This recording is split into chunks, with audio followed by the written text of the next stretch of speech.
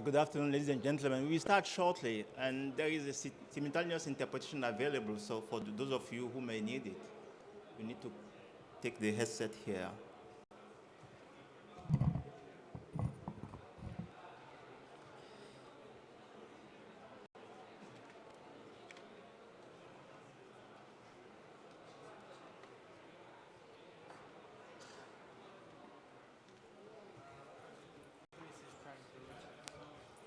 Okay.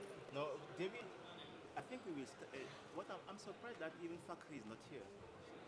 Yeah, he kind of has to be.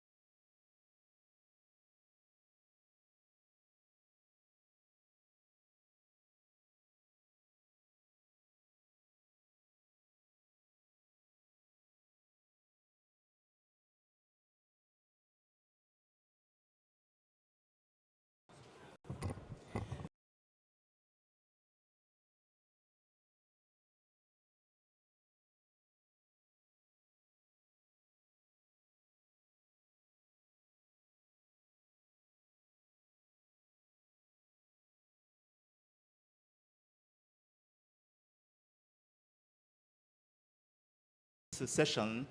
The session is dedicated for us to discuss on how we can scale up private sector investment for adaptation in Africa.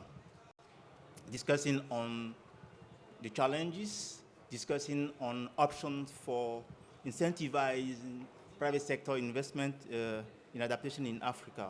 We have a wonderful panel of experts and people who have been already doing the work at their different respective level and capacity. So I look forward very much counting on you, not to spare them, but to ask them the tough questions. So we will start by inviting someone who will set the scene. Who do we call private sector in Africa regarding adaptation?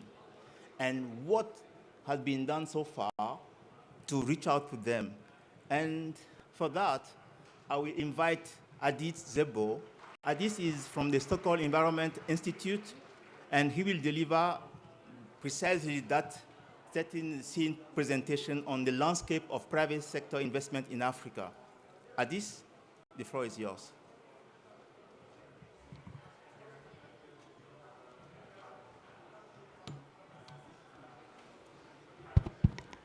Thank you very much, Luke, and thanks everyone for giving me the opportunity to present some findings of a couple of projects that SEI undertaken with different partners throughout the years, including Perspectives, South-South-North, and the German Development Institute, that are focused on the role of the private sector in adaptation in Africa, and particularly in sub-Saharan Africa. So the work that we've done has focused on exploring the role the private sector can have in supporting adaptation activities, as well as the role of public sector in creating enabling environments for scaling up private sector finance. And so the reason for this work is that there is currently a finance gap in adaptation, as the current adaptation cost estimates are far above what is being delivered through climate finance, which generates pressures in bridging the gap through private sources of funding. So most adaptation research in developing countries so far has mainly been focusing on the public finance, on households, and on communities. However, private sector in Africa does play a crucial role in contributing to the country's growth and development efforts, and private sector comprises almost of 67% of the continent's investment, 75% of the economic output, and 90% of its formal and informal employment. So private sector is also widely exposed to different climate-related risks, which range from economy-wide risks to specific sectoral, industry, or company-level risks.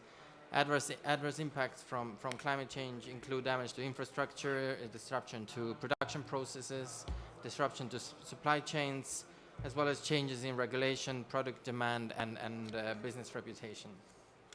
So in order to get an overview of private sector participation in adaptation, we focused on climate finance projects in sub-Saharan Africa, focusing particularly on agriculture.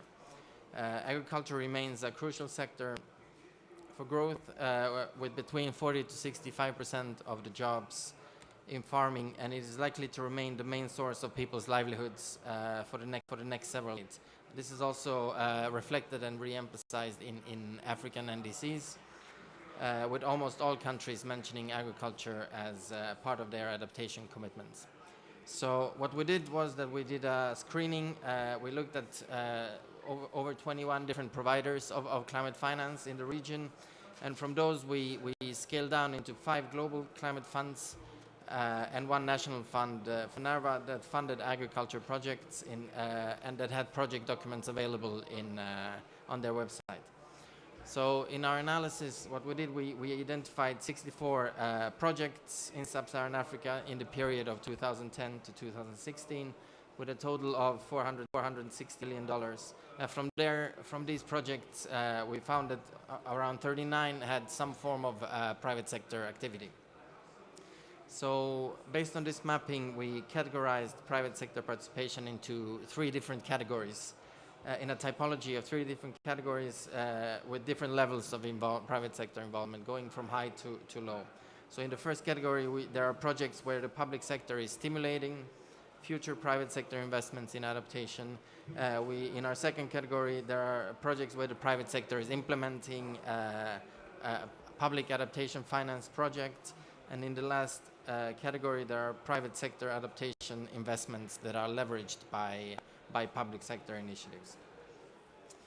And if we look a little bit closer to the first category, so the major reason why private actors are not investing in adaptation is that there's very low awareness of climate risks and much less awareness of adaptation options and related business opportunities.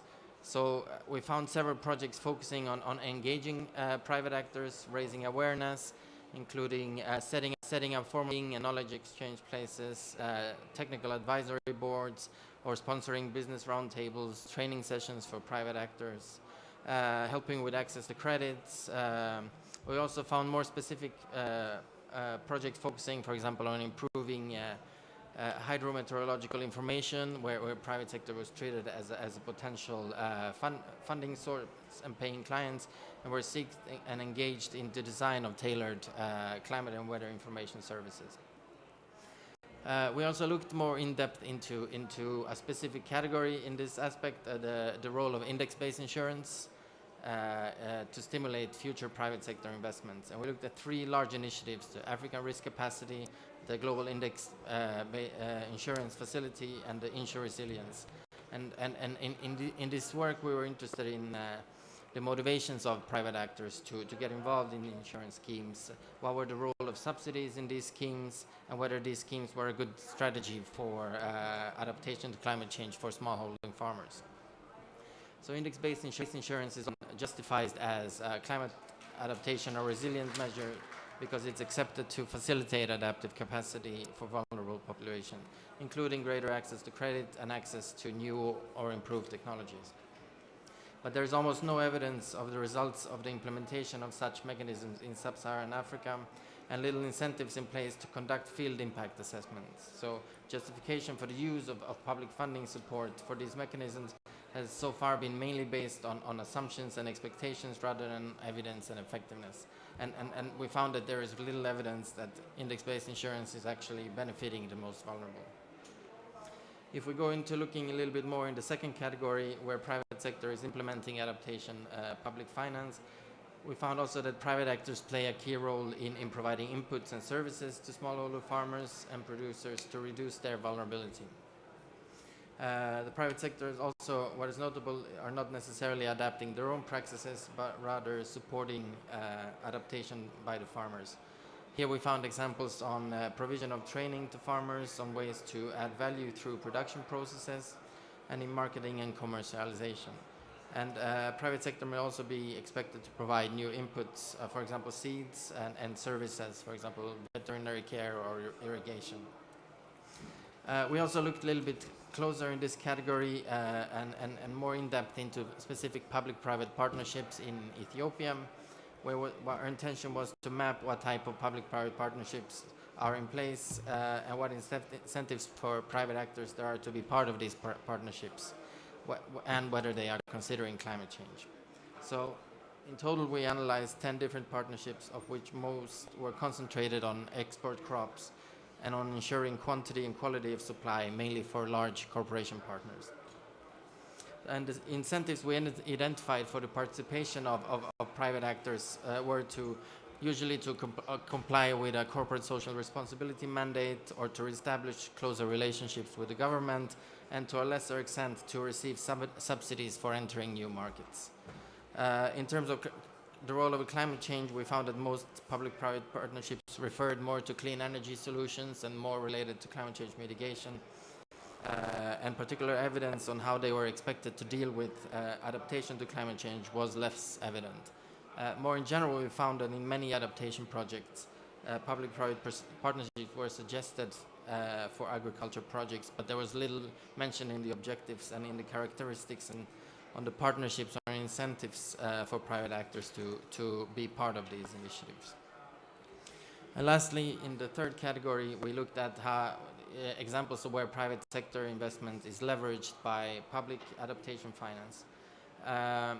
Here we found limited evidence of projects using public adaptation finance to leverage private investment in agriculture projects. And in a few small-scale projects, there were private actors expected to invest in adaptation as a result of specific incentive schemes. In Zambia, for example, we found in a pilot program for climate resilience, proposing a matching grant mechanism for medium and large-scale investments focusing on adding value to agriculture produce, which is supplied by local farmers.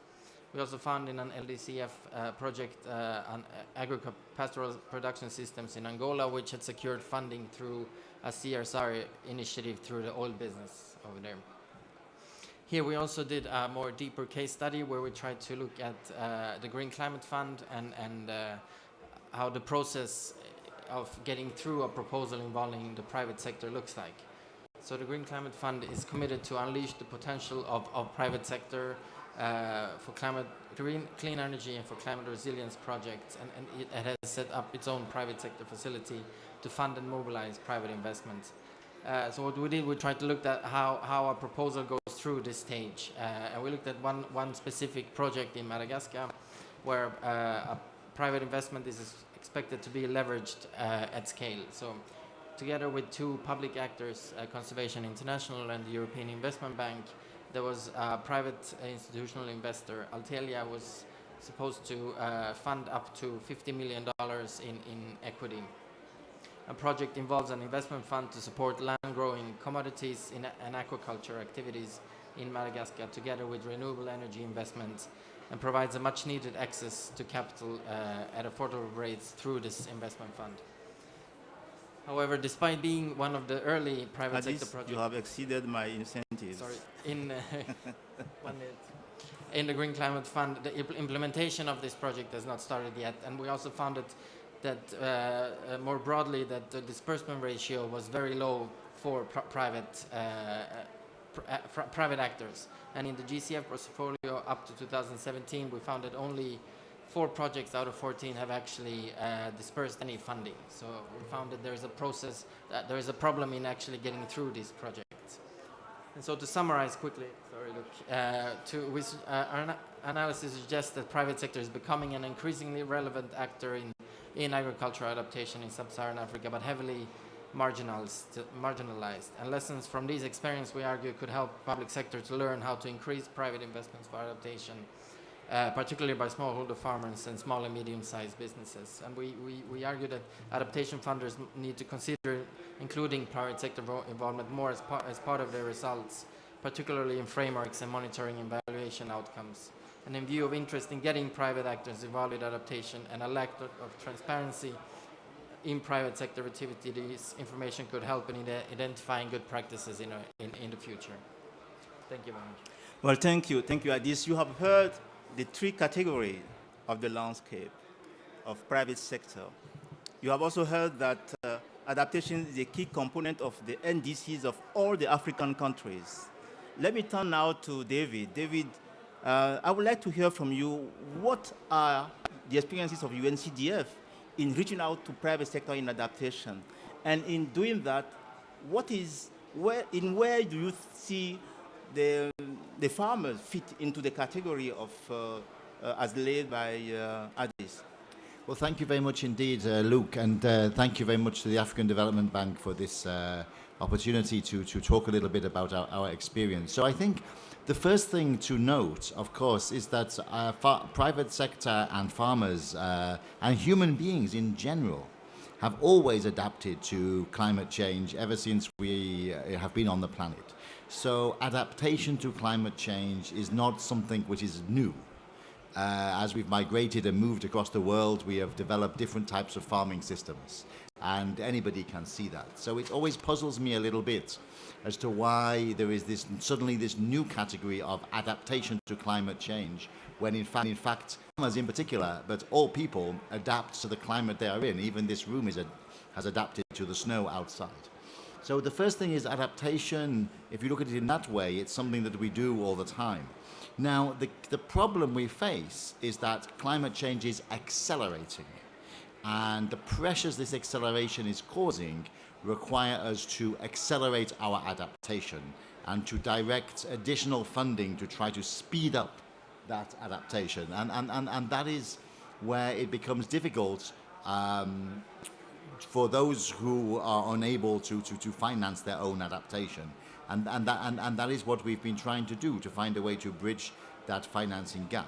Now, I think through our locale program, the Local Climate Adaptive Living Facility, which operates in 13 countries, it includes both public and analysis in terms of the public and the private sector of the climate vulnerability, and then what needs to be done to try to address that vulnerability. So you asked particularly about the farmers. So let me give you a very concrete example in Bhutan, in the Himalayas, where due to the warming temperature, the changing temperature, there is a whole valley. The economy is based on export of potatoes to India. Now, potatoes are no longer growing as they used to, and farmers are looking for other crops. The problem is, of course, that while the other crops they can try, they might even thrive, the value chain is not there. The contacts are not there. The export market is not there for that new produce.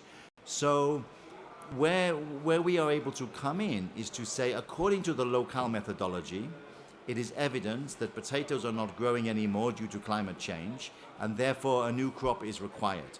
So how can we try to use that, if you like, that adaptation proof, that adaptation measure of that, to address the externalities of the value chain in terms of processing, storage, marketing of the new type of crop that that valley needs to transition to. And that's the type of support that a development finance institution and should be able to come in with. And you need to have the analysis of what is the appropriate response to the vulnerability in order to get to that stage. However, the development finance institutions alone are not going to solve this problem. There is just no capacity to do what I've just described globally. There has to be another way. Unfortunately, the answer is in our hands. If you look at the role of supranational governments, supranational authorities, and to empower them as ways of also dealing with this problem, because you find they often have the information already. That example I gave, of course, it is the local government and the regional government that are the first ones to say the farmers in that valley can't export their potatoes anymore. And the local government, the regional government are responsible for the roads, sometimes the storage facilities, the warehouse facilities, and basically the facilitation required and the de-risking required in terms of public investments that can facilitate that shift. Sometimes they don't have the resources to do that, but were climate finance to see local governments as a platform to build resilience, that could also provide some additional resources to them. So we are working with local governments in that particular example to be able to facilitate that transition to the new value chain. A second example, if I may, Luke, is in the case of Tanzania, in Same district, where there's a large-scale land degradation problem. I know this is something that is close to your heart, Luke, and there we are working again with the local government and with the farmers to put together what is called a 4 returns approach, which is a multi-generational approach to land restoration. When you have an issue of land degradation, in fact, it's often monocropping and that has led to that. If you introduce more crops, different agricultural activities, you actually have multiple streams of revenue instead of one stream of revenue, and at the same time, each ecological variety you introduce is restoring the soil for the next one.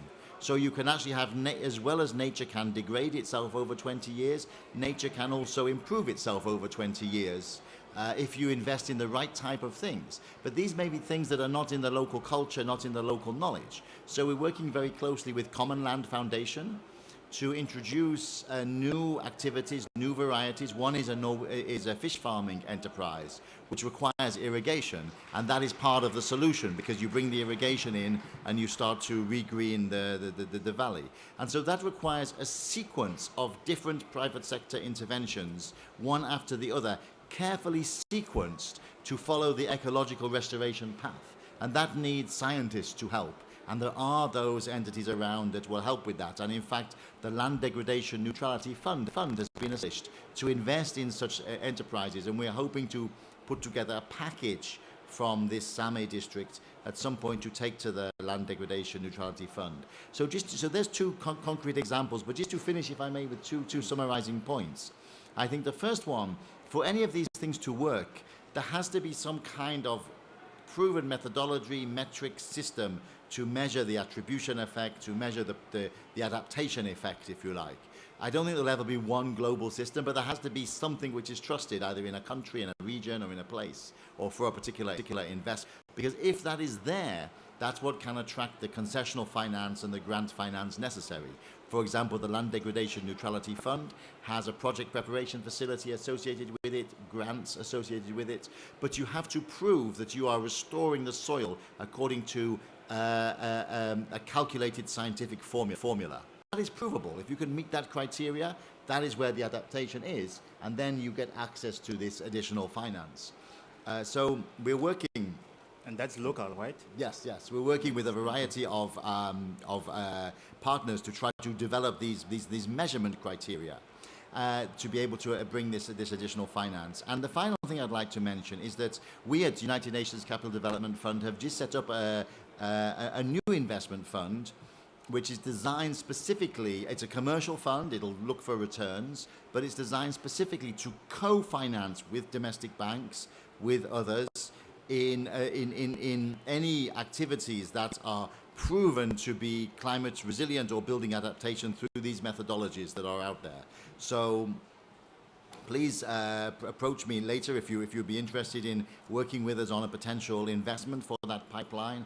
And very much in terms of land degradation neutrality, we really want to build a portfolio of investments that deal with this issue. Thank you very much, Luke.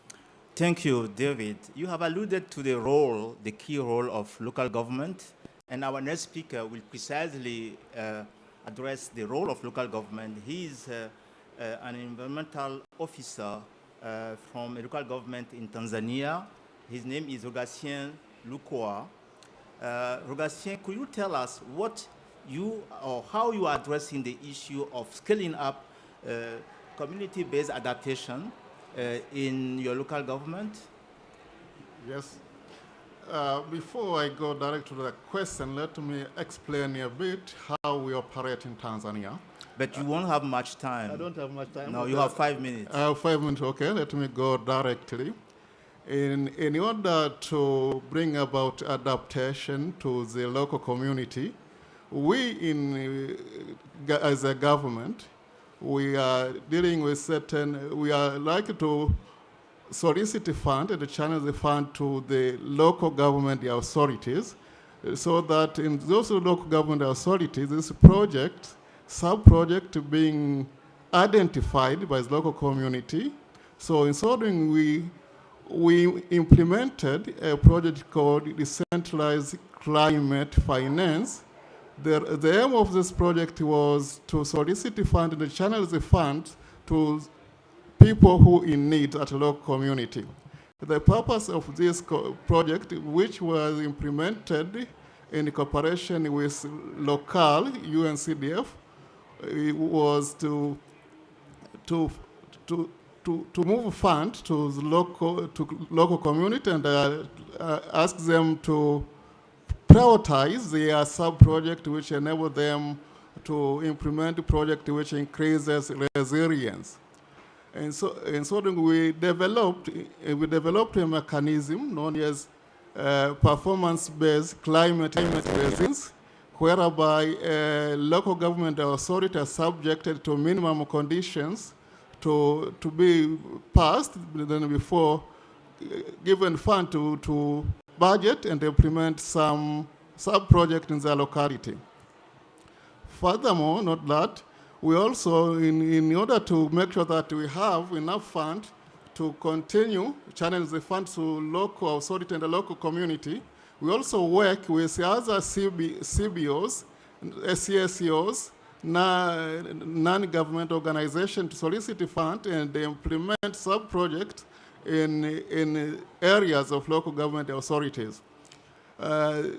One of the key projects we implemented, as mentioned, the DCF, Decentralized Climate Finance, has got two objectives. One is to increase capacities of this local authority in climate resilience planning, and also to build the capacity of the President Office itself to be accredited as an implementing entity. However, in doing so, there are several challenges we are facing. One of the challenges we are facing is a limited capacity of most of our local government in terms of gender inclusion and environmental management plans and something like that. On top of that, in this year also, we are currently now seeking to be accredited under the Green Climate Finance in order to increase community resilience, make sure that funds are available to finance community sub-projects. Yes. Yeah. Well, thank you. We have heard the challenges that you're facing. Now, one question I have from the previous contribution, the one from David, is about de-risking. How do you de-risk someone who know nothing about his own risk? Is it that part of the work you are doing at the local government level? Because you can't, if the risk can mean coming along with someone and helping him face the risk he may face in investing in adaptation. How do you do that in your local government? Yes. One role of local government is capacity building and soil extension service, and about facilitating peoples in local level to identify risk first and climate change. And so doing, we are trying to train them, the local people, to identify the risk associated with changing environment. Thank you.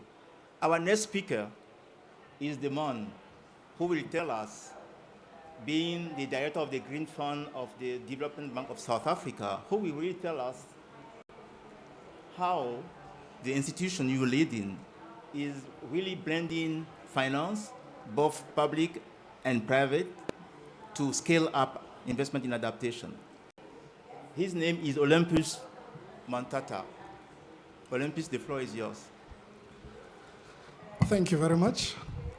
I think maybe I should start here.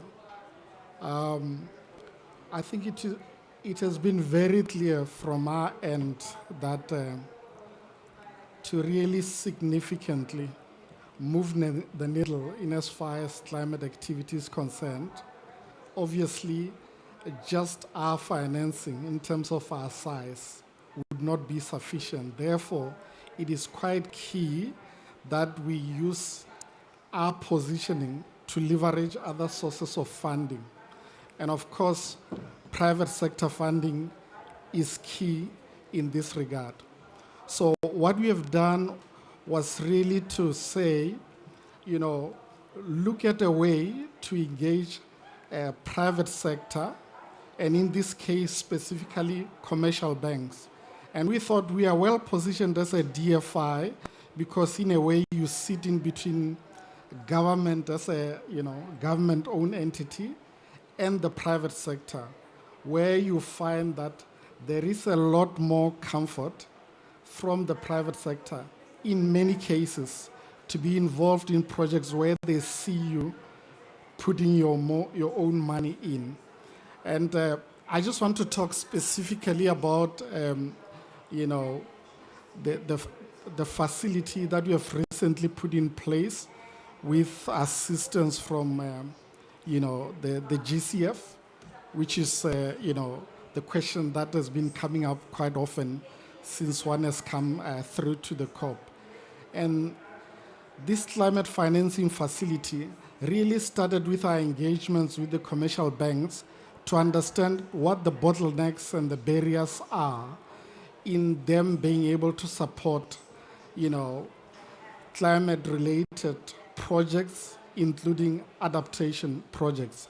And one of the key things that came out clearly in our consultation was, the issue around, you can talk about de-risking projects as in the form of how you structure projects. So there were two key things that came through in our engagements.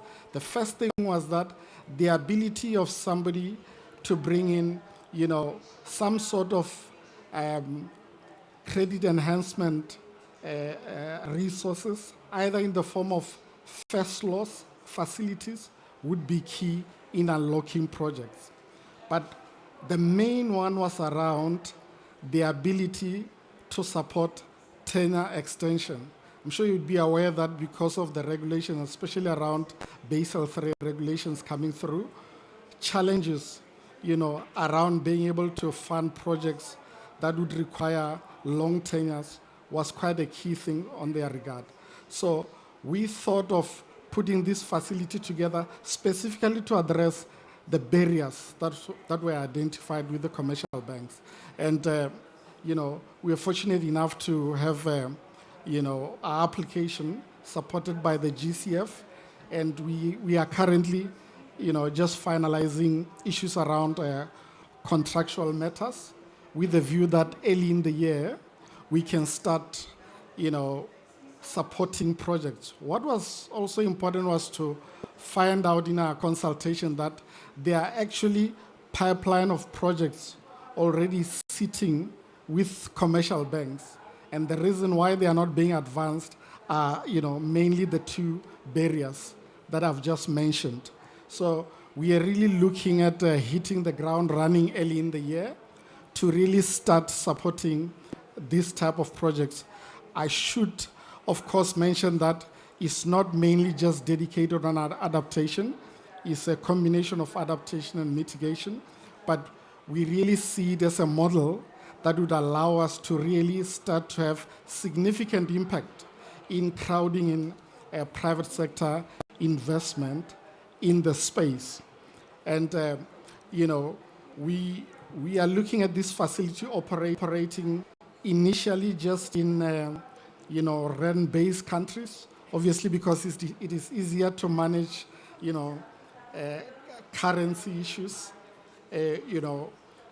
easier in that setup. But the idea is that as we experience more success using this model, we can be able to replicate it in the greater region and hopefully in the continent. So we are excited about this initiative, and we are really looking at starting it operating on the ground early in the year. Thank you.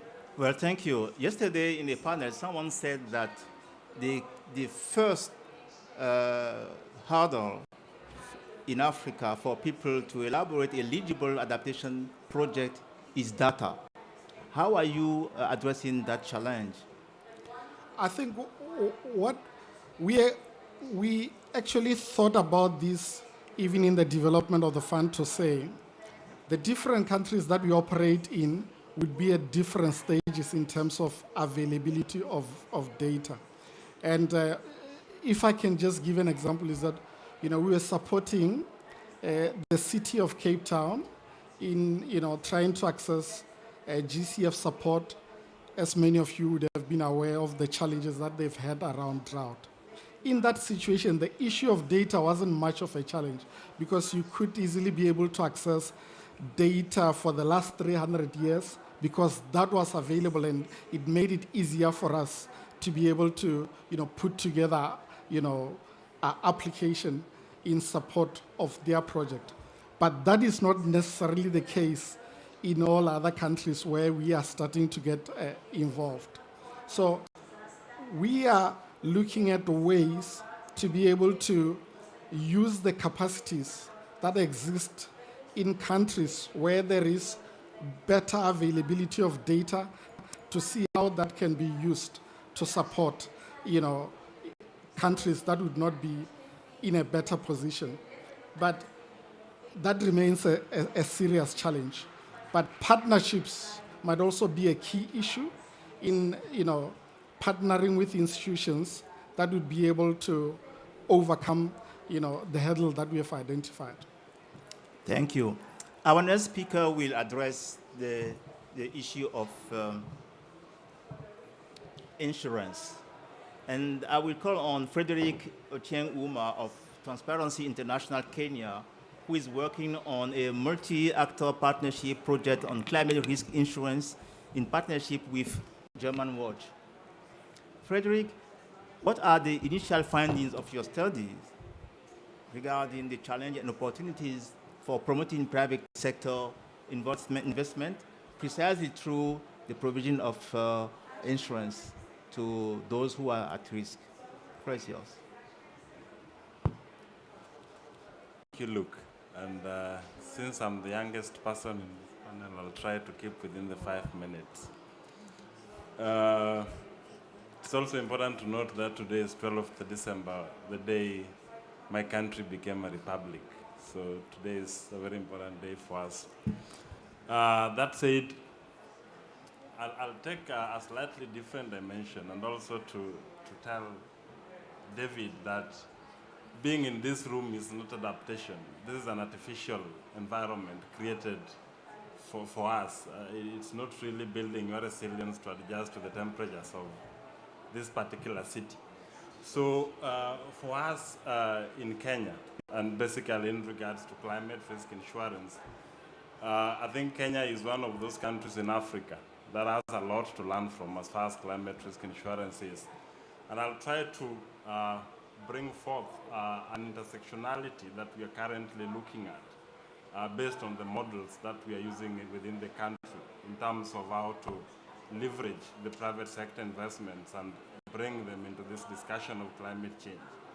I also then believe that our understanding of climate change in this perspective is the losses and damages, the frequency and intensity of the different weather events that we're having that are forcing us to incur a lot of losses affecting livelihoods in different settings. So therefore, looking at that particular framework, it is important to create an insurance mechanism to be able to ensure that people don't lose livelihoods or lives at that particular level when we are facing some of these calamities in the country. And one of the things that the country has done is to work with the private sector and non-governmental organizations to come up with a model that can work well and assist the people to adjust effectively. One case, for example, is the climate insurance program for the country that basically took advantage of the private sector's tool called the index-based livestock insurance from ILRI, fitting into a government strategy to be able to adequately prepare and manage disasters and come up with a program that was to help pastoralists in the larger northern ASOL areas of Kenya to be able to adjust effectively and within the shortest time possible whenever there is drought or famine. And this has worked so well because then you have the government starting by paying the premiums for the farmers, and then you undergo a transition period, which basically capacity builds the farmer to understand the essence of insurance in the first place, so that when that period is over, then they are able to pick up and start paying the premiums themselves. So that kind of framework is very important because then you bring in the NGO who are then supposed to enhance good governance here. Because again, when you have this kind of engagement, it's important to also have good governance. And in good governance, you have to ensure there's accountability, transparency, and civic participation, which therefore ensures that there is social accountability. You're able to hold institutions to account as to how this money is spent. So I think looking at that particular model, it is very important to note that the private sector are very key in any climate change action, whether it's mitigation or adaptation, but significantly, in order to be able to address the losses and damages, because as time goes by, climate change becomes more serious on us. And therefore, we have to get banks and other private sector investors to be able to put their money into this kind of schemes.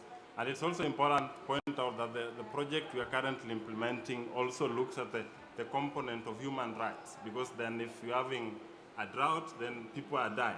That violates Constitution, the fundamental rights of human beings to be able to have a decent life in most of our jurisdictions. So it's very important to draw that intersectionality and look at it from, yes, we're having a problem of climate change that is affecting human rights, and therefore we have solutions from the private sector, the government who are in charge of development of policies and strategies, and the governance framework for the entire country.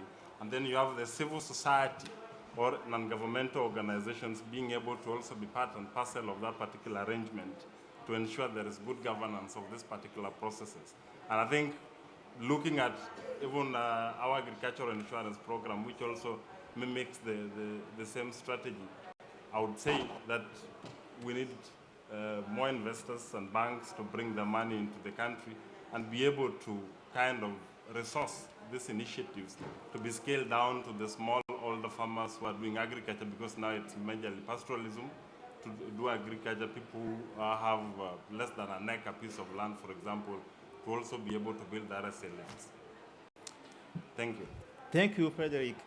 Well, could you tell us if the traditional insurance companies, have they shown any interest to that scheme?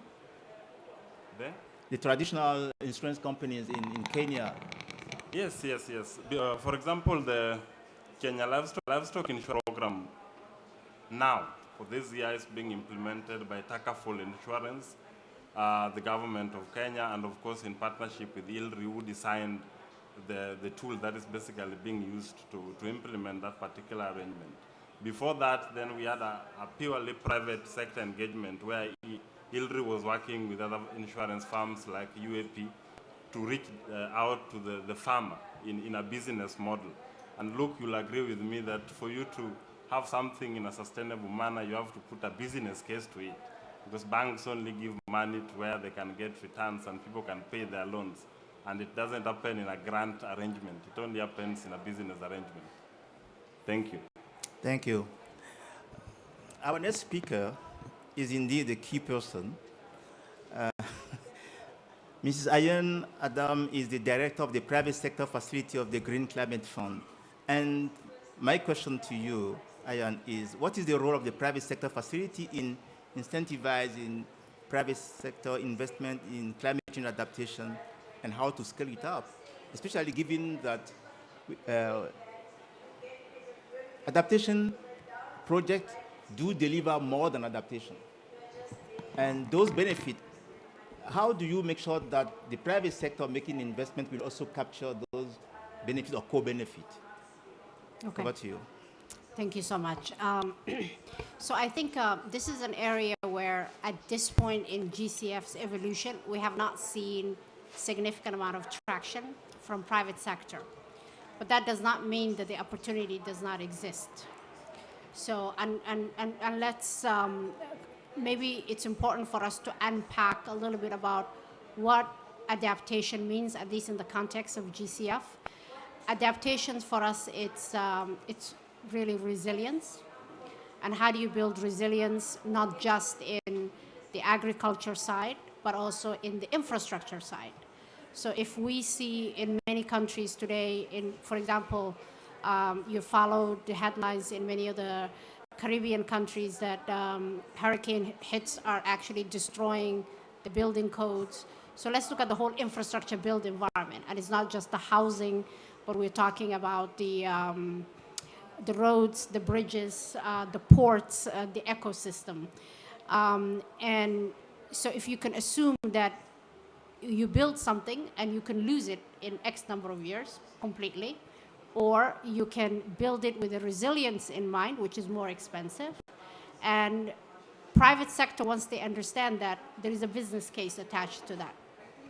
And at GCF, we want to finance that incremental cost of making a huge, so if you look at the trillions of infrastructure that is to be built, let's say in the context of Africa, it's very important that we have the resilience in place. And that could be priced, and there are many instruments that we can use that could engage the private sector to be in there. I think I agree with the previous speaker. The other area that we see significant amount of promise to engage the private sector is in the agri-space and agriculture resilience. Not just the building of the resilience, but also looking at ways to transfer risks through insurance and other means. And then finally, there are areas that are much more difficult for private sector to take on at this stage. And that will be a grant funding of specific areas. So I think once we unpack and focus on, I think the area of, to me, of infrastructure build, agriculture, as well as health related, and how trash is managed, the whole methane issues, waste to energy. A lot of these, you can have somewhat of a business framework around it. I don't think they're still commercially fully viable, and that's why GCF and others could come in and figure out how to make it attractive enough for the private sector to come in. So I think it's very important to unbundle the whole adaptation arena. It's very also important to unbundle what different countries can deal with respect to adaptation. The key business parameter here is that if we don't look at the entire resilience in a different arena, we would have a lot of issues later, and there are much more losses, much more financial, which the private sector will understand. So it's, okay, you use X amount of dollars to do this, but you have a lot more risk now because the patterns are changing. You may not be able to see it to even the investment cycle that you had envisioned. The other area within adaptation, and this is where I think I want to get back on the issue of data, is the whole water and water system changes in the rainfalls. And there is a lot of data that are missing because we have population increasing, which is a normal event. And then we have changes in global temperatures that are affecting participation levels, creating droughts in the Sahel, and so on and so forth. So, and that, we still have to work on the on the mitigation side. Mitigation also is very important. So if we don't keep the global temperatures down, the cost of adaptation continues to increase. So it's not an easy puzzle, but I think for now, these discussions like this are very important for us to figure out how we can unpack the entire adaptation arena and figure out where we can attract most money. And then we focus on the areas that really require grants to do the grants. So that's my take on that. Well, thank you, Ayan. We know that adaptation is still the poor sector in the overall climate finance. If I'm not mistaken, nowadays it's only 20% of public climate finance going to adapt. While according to the Paris Agreement, we need to at least invest 50-50. So we have a long way to go in that regard. How do you intend to help, because you are the catalyzer in the whole system of climate finance, how do you intend to catch up? So I think especially in, therefore, scaling up. Absolutely. At the GCF context, we have 50-50 in mitigation and 50 in adaptation. So the way we look at it is more from a grant equivalence purposes. So if you look at from grant point of view, we have almost 60% in adaptation, 40% in mitigation. So for us, by statute, we have to do 50% mitigation, 50% adaptation. But I think what we're talking about, how do we scale and bring private sector into adaptation? And for those, I will really focus on the areas that we can create business case around it. And to me, one is the infrastructure build. I think agriculture, health, yes or no, depending on the country. And water also is still very tricky because this is an area that a lot of countries cannot really sustain yet. So I think we should create the right regulatory framework to get a lot of money in those two areas so that you have more money to do the grants in the areas that will never produce any financing, where the countries should not be taking a loan. So to me, that's how I see the two. Thank you, Ayan. Well, ladies and gentlemen, now it is your chance to challenge what has been said, to ask questions, and maybe bring the four initiatives that are not fitting into what has been said regarding private sector initiative, private sector investment in adaptation. So the floor is yours. Garrett?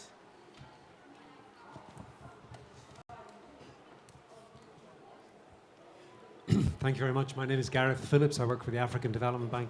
Ayan, I'd like to ask you a little bit more about the grants. And you said that where necessary, we should do grants and provide grants to do the things that the private sector won't otherwise do. There are plenty of adaptation activities that that might be profitable after some years. And there's a parallel here with what we did with mitigation, where developers of renewable energy were able to sell emission reduction units, which created free money for them effectively. It was as good as a grant, but it wasn't called a grant. Would the Green Climate Fund be willing to give grants to private sector project developers to lower the risks, to overcome the barriers to technology, and to help the private sector then invest in technologies that create ongoing businesses, like, for example, climate smart agriculture, where they need a kickstart to get going, first of all, but then they can take it forward. So would you give grants to the private sector for things like that? Yes, please go ahead, yeah. Yes. Yeah, I think on that one, I think we did something where it's almost like a grant, where we took a first loss in a small fund that's looking at resilience in agriculture in Eastern Africa, where we used our money to basically bring more private sector to come in. So it's a $50 million fund. I think 25 million is a first loss to an equity. So to me, that is like a grant. And if it's not successful, we are still protecting the private investors from in their return. So in that context, I think that is how we are approaching that. But we can also channel grants through our public sector for private activities that haven't started. So it depends on how we're sequencing it and what is the vehicle. So we can also do some basically grant investments that kind of lead the way to future private investment. And that we would have to do it with my colleague Jerry, who manages our public sector, and it will be more of a barrier removal type of a grant that precedes a private sector investment. So Yes. we have the flexibility to do it. It just depends on the situation. Thank you. David, could you address the question of Garrett as well, as you have been doing something that looks similar in some of the countries, especially in Bhutan and Tanzania? Absolutely, no. It's a very good question, and I think there's 2 or 3 different ways to look at it. I mean, we are providing grants directly to private sector developers that enables them to therefore get a loan. We as UNCDF can actually provide grants directly to private sector developers individually to a company. So we would assess a particular proposal on the basis of the incremental cost that you've talked about. The purpose of the grant is to fill that incremental cost of adding to the resilience. Now we need to, of course, our grants are scarce, and we need to be. And another company might say, "Hey, what about us? Why don't we get a grant?" So we have to show that that incremental cost is there, and also that this is a business model that can be replicated by others. Otherwise, we're just favoring one company. But most importantly, how do are we actually able to measure that adaptation? And that's where the insurance industry and others can come in, because you can look at the insurance industry as well as a way of measuring adaptation. Because if insurance premiums would go down, if something happened, then you have, by definition, you've adapted, because the premium is going down. So you can work with them in lots of different ways, insurance companies, as transferring risk, but also as a measure of adaptation, using their premiums as a measure of that. So yes, we also, in terms of first loss, I'd be really interested to talk to you offline, because we have established an international municipal investment fund which will invest directly in local government, public-private partnerships and private investors that are looking to build resilience. And that would be looking for some kind of first loss support from the GCF, where we would be able to show that this is a pipeline of investments that are oriented towards SDG 13. They meet the Paris Agreement in certain measure indicators. Only those investments will be funded. But it would be interesting to work with you perhaps on a first loss for that. So I think there's 2 ways it can be done. A grant directly to a project, high overhead costs. You have to have a lot of paperwork to show why this project, not that one. That's the problem. And secondly, a first loss for an investment fund is very helpful. But again, you need to be able to show, because investors in the investment fund, if you put your first loss in our funds, you are buying climate resilience. And we will need to show you that that's what you're getting.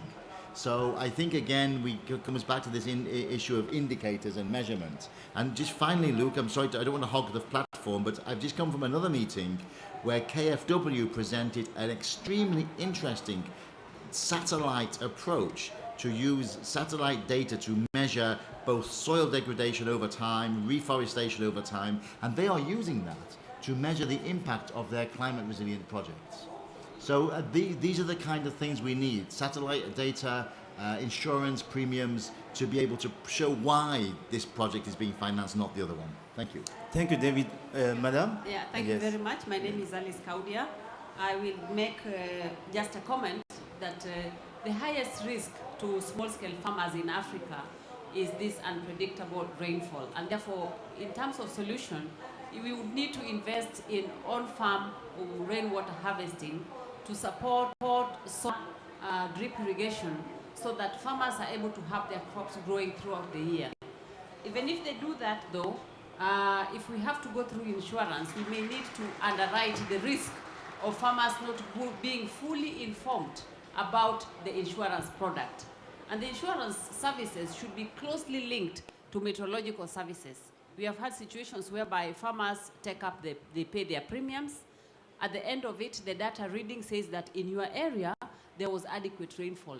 Yet there was inadequate rainfall. So the farmers, particularly small-scale farmers in Africa, need a lot of support. Thank you. Thank you. And then, Madam, I will take 3 questions and then we'll come back to the panel. Yes, please go ahead. And then, Eamon. Okay, thank you. I'm Julia Riggi from the Red Cross, here with another colleague from the Red Cross over there. I have a question of a slightly different angle on this, which is investing in adaptation support for urban SMEs. Specifically, many countries are rapidly urbanizing. SMEs contribute quite a large amount to the GDP of many countries in Africa. And then from a Red Cross perspective, we're interested because if SMEs can thrive through disasters, the wider community will as well, or the wider community will recover faster as well. So how do you see opportunities for scaling support for SMEs to adapt and grow with the changing climate as well? Thank you. And then, sir? Thank you very much. Ayman Shakari from Morocco. A couple of short comments. The first of them was bouncing on this idea of measuring adaptation, sharing the fact that Morocco has been working for quite some time now on metrics for adaptation, and we'd be happy to share that expertise in South-South cooperation, of course, in Africa. The second element was the fact that I was a bit surprised, I have to say, by what I felt was a lack of focus or mention of the regulatory framework and legal environment when it comes to this particular aspect, which I feel were quite important to mention. As impressed as I was by this session as a whole, that surprised me a bit. Thank you. Thank you. Now back to you, panel. Regarding the possibility of supporting farmers and also addressing the risk of information, of lack of it, maybe that question is to the local government person on board, Mr. Lukua. And how are you addressing that risk? If the farmers are not well informed while they are taking, an insurance and paying a premium, this may backfire to them, right? Yes. In addressing this risk of the farmers, we in local government, we normally work in close concert with the meteorological agents and to make sure that appropriate information reaches the farmers accordingly. But also, we have some of our extension staffs which work closely with farmers in day-to-day basis, telling us what is happening on ground, what precaution takes, what sorts of crops to plant, and all those kinds. Thank you. And Alex? Oh, Frederick, sorry. Ferry. Yeah, look, if you want somebody to know that chapati is sweet, if you come to Kenya, you first buy that person 4 consecutive meals and so that you prove the taste. And then that person can pick up whether they want to continue eating chapati on their own cost or not. And I think the approach that our government, for example, took by starting to pay the premiums for the farmers, and considering that this covers the 75% ASOL area of Kenya, and then they're able to, which kind of experiences drought and famine almost every year or once every 2 years. The farmers are able to do their basic math on how much they have saved with that particular scheme. And then after, when the government withdraws from that particular arrangement, then they get the motivation to keep up paying for that particular policy. So that works in terms of first building your capacity to understand that, yes, what you are experiencing didn't happen before you used to have droughts once every 5 or 10 years. Now it's coming after every 2 years. Your only source of livelihood is your livestock, which you risk losing entirely without any compensation. If you pay this amount over this particular period, it is obvious after 2 years you'll have drought, but then you'll have a way of getting something out of what you've lost in that particular process. So I think that kind of arrangement works in doing 2 things at the same time, but I also agree that we need to have local government and government arrangement of extension services and bringing capacity to the local level. Thank you.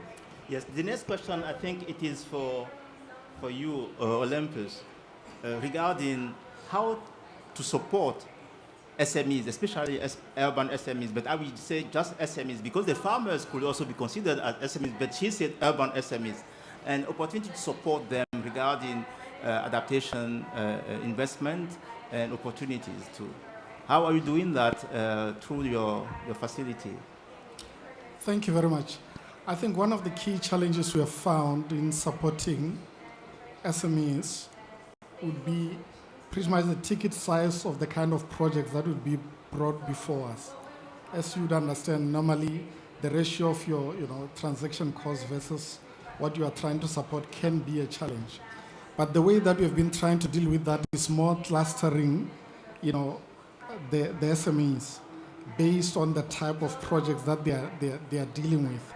And in that way, a programmatic approach allows us to be able to, to provide support. And one of the things that we found useful on our side is because as a bank, we have, a project preparation facility. So most of the time, you would find that one of the challenges is really transitioning the projects from, concept to bankability. So because of that facility, we have been able to, to support most of those projects at the early stage towards bankability, and where it makes sense to cluster them or to look at them in a programmatic nature, we have been able to do that. But also being able to start with them at an earlier stage help us to really position the projects such that by the time they get to a point where they need to be implemented, we understand the project better, we can manage the risk better, therefore find it a lot easier to be able to support them. So that is in the main how we have been able to, to deal with that. Maybe one other thing to mention, the consultation that I mentioned earlier in terms of talking to, the commercial banks around this climate financing facility that I mentioned earlier. We found that in their pipelines, there is a lot of projects coming out of SMEs. And, so this gives us an opportunity to even ramp up the support that we have been providing within this facility. Thank you. This is a quite surprising information that you have just given me, saying that in their pipeline, there are a lot of projects coming from SMEs. Because my question to you, Ian, was that in Africa, for instance, when we say private sector, actually it's up to 80% of it that is made of SMEs. How is the GCF, therefore, preparing to reach out to those, a larger share of private sector, let's say in Africa, in Sub-Saharan Africa, to be more specific? Definitely fully agree. A huge part of many African economies is 90-80% of SMEs, and resilience for SME is a key factor. So our approach is to go through the financial institutions that are working with the SMEs, whether they are cooperative, whether they are an MFI, whether they are a bank, is to work through them. And then we also just did a new strategy where SME is at the center of it. And we will still have to go through what links the SME to the GCF, and then bring those in a kind of a programmatic approach. But one of the key points that most SMEs have noted is that without energy, there is nothing that we can do. And so, for example, we just signed a very large facility on rooftop solar. A lot of SMEs actually don't even need to be connected to the grid. So we are looking at solutions in distributed rooftop solar, energy efficiency, because many of them spend huge amount of their funds in paying for power. So if you have a barber shop in Senegal, in Dakar, and there is no electricity, he can't make any money because he's got to shave people and so on and so. So I think it's at the core of that, to us, the SME story is the energy transition. And let's not lose sight of that, because we need to give access to energy at a very low cost way to first everyone. That makes SMEs first resilient. So we have done a number of lines to some of the banks. AfDB is supposed to give me one, I'm still waiting, with women. But this is an area that we are going to look closely through.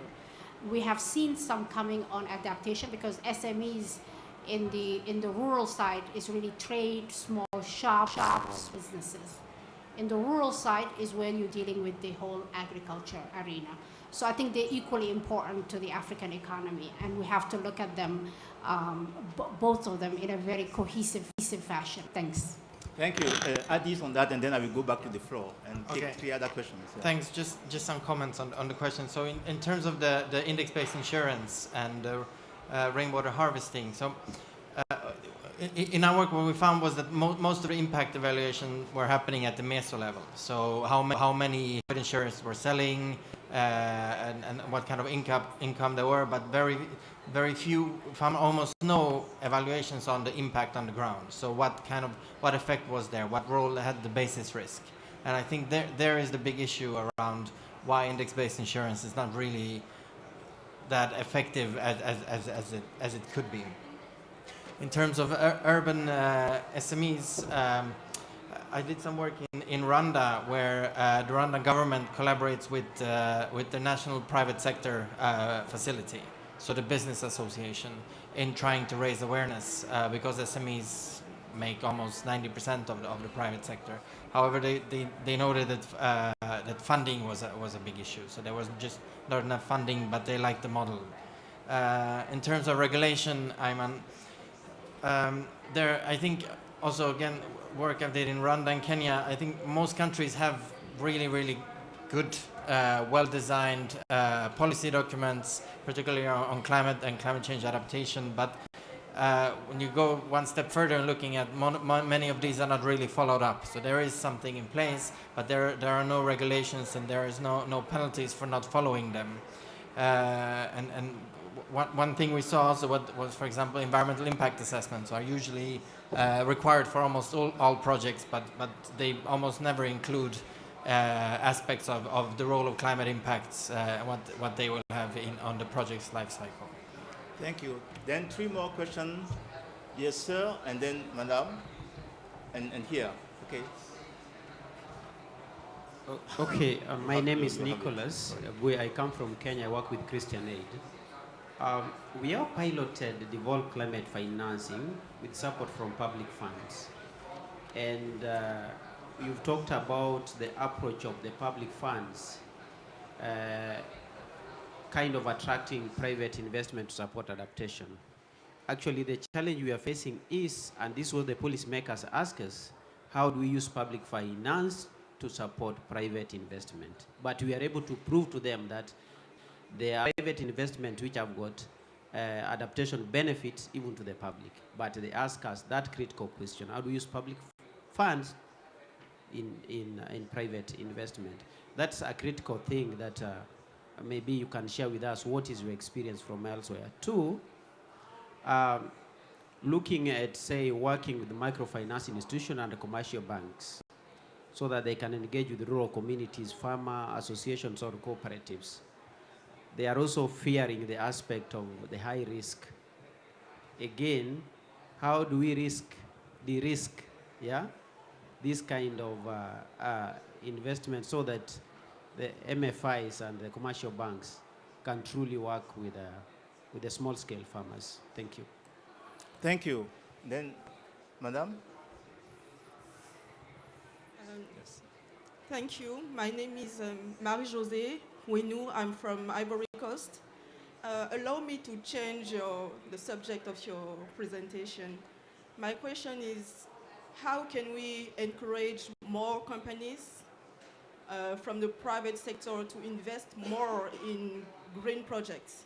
Because Mr. Olympus Mantata said that there is a lot of projects for SMEs, more projects, but what I saw in my country, in the region, is that there is not enough companies who develop green business, green businesses, we can respond to the adaptation challenges. So how can we encourage which type of mechanism and guarantees we can create to help them create more green business?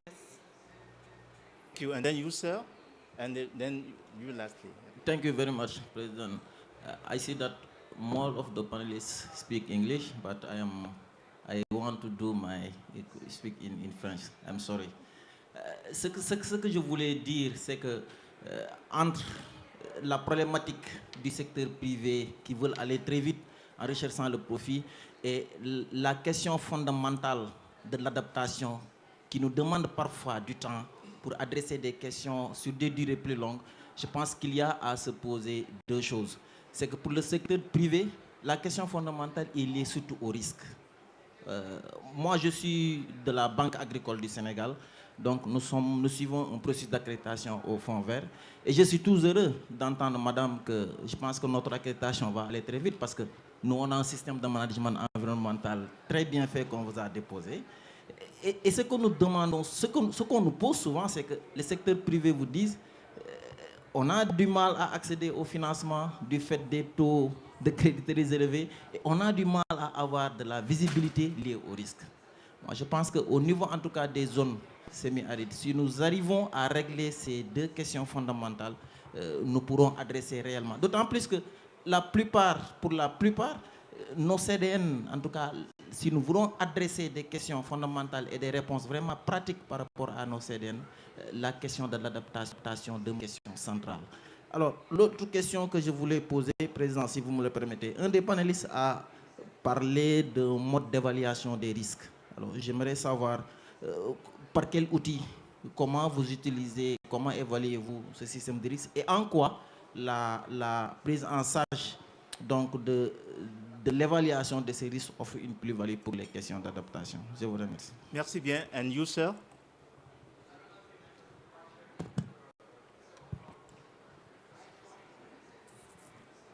Merci, je m'appelle Pape Biram Touré, je suis parlementaire sénégalais.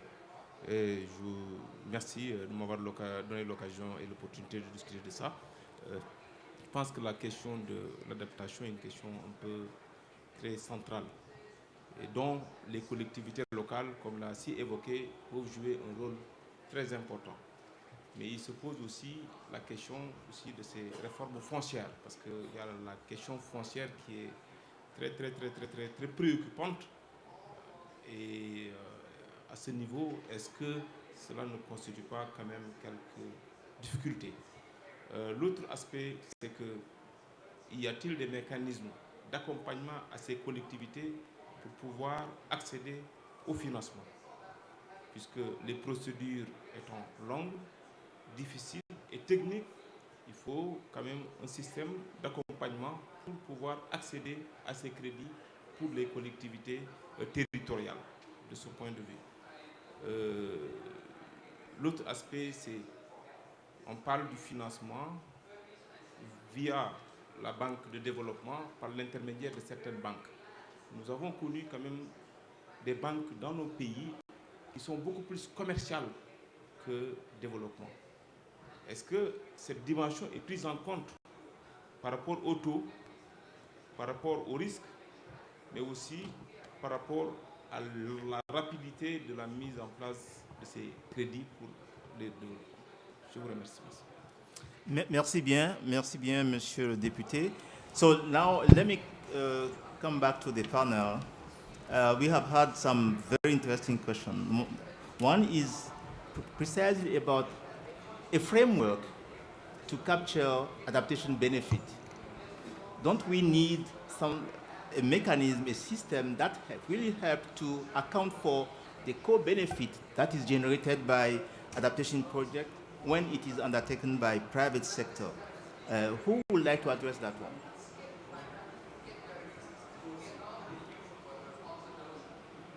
David? Maybe I could give a stab at that.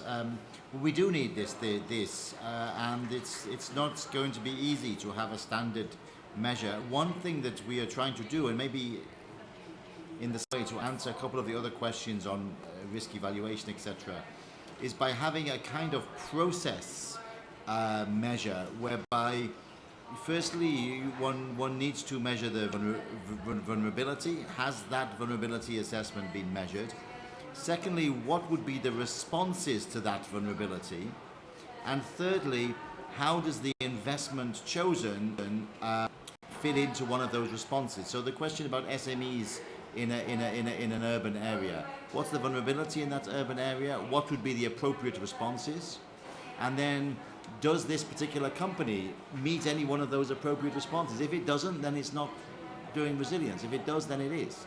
And then fourthly, once the investment has taken place, of course, what has been the impact? And that can be then knowledge for the future. So if that process is followed rigorously by different entities over a period of time, you can build up a methodology for beginning, a kind of approach to begin to look at how you can at least sort the wheat from the chaff in terms of what is additionality, what is not, in terms of responding to vulnerabilities and responses. Because there is lots of different responses to a climate vulnerability, and they're all valid. But there has to be one of those responses. And then the third measurement, of course, is how effective is this response? Because maybe it's a valid response, but that's not a very effective way of doing that response. I mean, the classic way we try to measure this is, let's imagine flooding or a lot of climate adaptation is about water management. Let's imagine there's an area that is likely to flood more frequently. So there's two responses. You either run away and do everything somewhere else, or you improve the water management by some defense or some irrigation or something. They're both valid responses, and there may be private sector approaches to both. But as long as you've gone through that process, and then you look at how effective is that response, that's the beginning of a measurement. And finally, just on one person asked how we would evaluate the risk. So we have what we call a dual key system in our investment committee, which is that there's a credit officer who does a more kind of standard risk evaluation, and that is accompanied by an impact evaluation. And you need both keys to unlock the transaction. And at any point during the transaction structuring process, we also have a project preparation facility. You have the impact measurement team and the credit measurement team working together. So if in order to make it less risky, you have to do too much, it no longer has an impact, the impact team can walk away and say, sorry, this might make a profit, but it now doesn't have any impact. Or if you go too far in the impact direction, the credit team can say, well, this would have great impact, but it's never going to repay a loan. So you have this creative tension between the credit and the impact, and you need the approval of both teams at the investment committee to take the investment to the next stage. Thank you. Well, thank you, David. Mr. Lukua, I heard you speaking about performance-based resilient grant being used through the local government budget to actually build infrastructure. While you're doing that, do you invite private sector to understand the type of infrastructure you are building and how this may help de-risk what they may be facing regarding climate risk? Yes. In the first place, I want to underscore that we in local government adaptation for the people, what actually we are doing in this in the performance climate-based resilient grant, we are trying to motivate our local governments to include climate changes issues in their planning, their strategic plan. This is like a carrot and a sticks. If they do well, then they are given more to first, and increasing the capability of the community to adapt. And this sub-project normally implemented in a public goals. It's not individual one in the locality. You say a project increasing community resilience to climate in a certain locality. That's that. In terms of how channeling funds to local authority, I do agree that we have limited capacity to make sure that funds are channeled to the people need. And that is why we at the PORAC, the President Office, Regional Administration, and local governments, is trying to be registered as implementing entity so that to harness the fund to GCF and make this channel, this fund to the local governments to implement their planned sub-project for community resilience. And yeah. But now I still have two questions that are not yet answered. One is regarding using microfinance institutions precisely to reach out to communities and including SMEs. Maybe Olympus, have you considered working with microfinance institutions?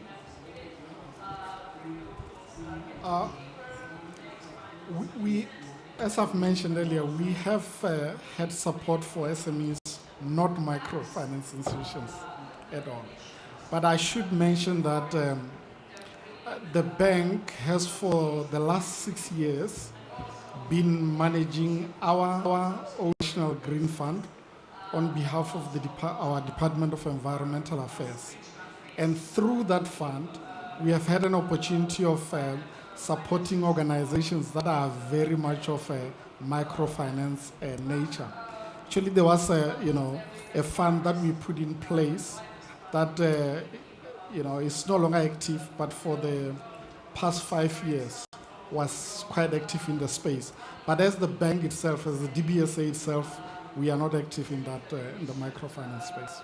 Now, let me give you a chance of, in 1 minute, maybe making some concluding remarks. I will start from with you, Edis. Okay, thanks. I also tried to connect to the question around public finance. And we are still in the position where we need to spend public finance in order to leverage private finance for adaptation. But it's also important to distinguish between private finance for adaptation contributing to adaptation as a public good, or private finance for adaptation that just climate-proofs its own operations. And just to tell about an anecdote from a project in Rwanda where I was interviewing people in Funava. So there was this project around rainwater harvesting, and it involved a bank, a local producer, and small-scale farmers who were able to get low-cost loans to install these things on the roof. And this bank was involved providing low-cost loans with support from public funding. However, the bank, despite making a profit on this project, saw it more as a corporate social responsibility, because the alternative cost on doing this, which was more had more longer lead times, it was more work intensive than working on a traditional project that bank would have generated higher profits. So we are still in a position where we need to see this as an investment for long term to actually create a business case for adaptation. We're not there yet. Thank you, Adis. David? Just two concluding remarks on the public money. I think, if it's global public funds, they can go into first loss facilities and that kind of thing that drive investment in the right direction for these dedicated climate funds, adaptation funds. If it's local government public funds, like the locale mechanism that we're talking about, that should go for complementary infrastructure, roads, access roads that de-risk the private investment, not directly to the company, because that would not be appropriate. Secondly, when it comes to private finance, I think the tenor of the loans, the type of loans, it's not only the availability of finance, it's the type of finance, as the colleague from DBSA has pointed out. And the private sector, domestic banks, I think need to look again at some of their own domestic economies and recalibrate their asset allocation ratios and some of their lending policies. It's not so much about the interest rate, it's about the type of package that is available. And the tenor of the loan is a key part of that. Thank you. Thank you. Thank you, David. Then Rogatien, please. Yes. Local people normally know their problem and they know about how to adapt. What they need is fund some climate resilience project to be implemented in local people, in local areas, in localities. So here, what they need actually is fund to implement, to finance climate resilience project to increase their resilience. They know the option. Thank you. Then, yes, you, sir. I think national development banks play a very crucial role in crowding in private investment. On the one hand, most of them being government-owned, have an opportunity to influence policy and regulatory framework in as far as they prepare an enabling environment for investment. On the other hand, the relationship with the financial institution create an opportunity whereby you can, on a blended finance approach, be able to bring in private investment to really scale up investment in climate activities. Thank you. Thank you, Olympus. Frederick? Yeah, first, thank you for the opportunity and for the good moderation. Two is also to point out that there is need for continuous capacity, especially bringing stakeholders on the table and discussing some of these issues. Because I'm not one person who believes there is no business case in adaptation. Everything has a business case. Whether you're going to irrigate, you can come up with solar panels to power that irrigation.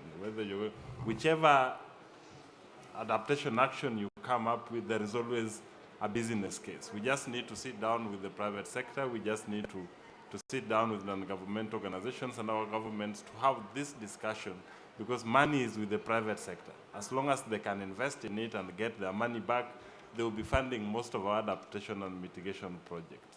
And also just to point out, in light of that particular line, German Watch and TI are working on another case of the human rights component and equity bit of this adaptation and mitigation. And now we are working on a paper which we'll share in the course of the year and possible in the next COP to be able to start this discussion, because we have to protect livelihoods. Thank you. Thank you, Frederick. And now to you, Eamon. Okay. First, let me take the MP's question. How do you get the districts or MPs that represent? I think we have country systems. I think Madeleine is our NDA. So the country strategy for Senegal should look at all the different regions and what are the key climate challenges. And that is what we try to finance, both through public and private. So I can take it offline, but this is something that the country should really look at every region, every place, to see what are the vulnerability and what can be financed. So that's something that we're doing quite a lot on the countryside. With respect to adaptation, I think still, first, I'm very encouraged by the continued support and continued discussions to enlighten how we look at adaptation. I think we are at the very early stages. There will be things that we're going to put business case around it. And there will be few areas where there is no way they will be generating revenue and they're public good. And that should be where the focus of the grant, or both from the internal country but also from outside, should focus on. And I think there is a lot of work that needs to be done in the adaptation area in the Africa context. And so hopefully we are at the beginning of learning, and I think GCF is a learning institution. It was designed that way. So it doesn't mean that what we have today will be the only offering. So I think as we learn and as we see that there are different approaches, we will take that into account and hopefully come up with a different menu of options that are supporting countries that are vulnerable to adapt and to become more resilient. Thank you. Well, thank you. I would like to leave you with some few key words like business cases, project pipeline, public good, adaptation core benefit, regulatory framework and mechanism, community of practice. We need to pull all these together and reflect on how we take it from here when we know that in Africa, more than 80% of the private sector is made of SMEs. So please join me to congratulate our panel. Wonderful. Well done. Thank you. And let us also thank our host at African Development Bank. Thank you.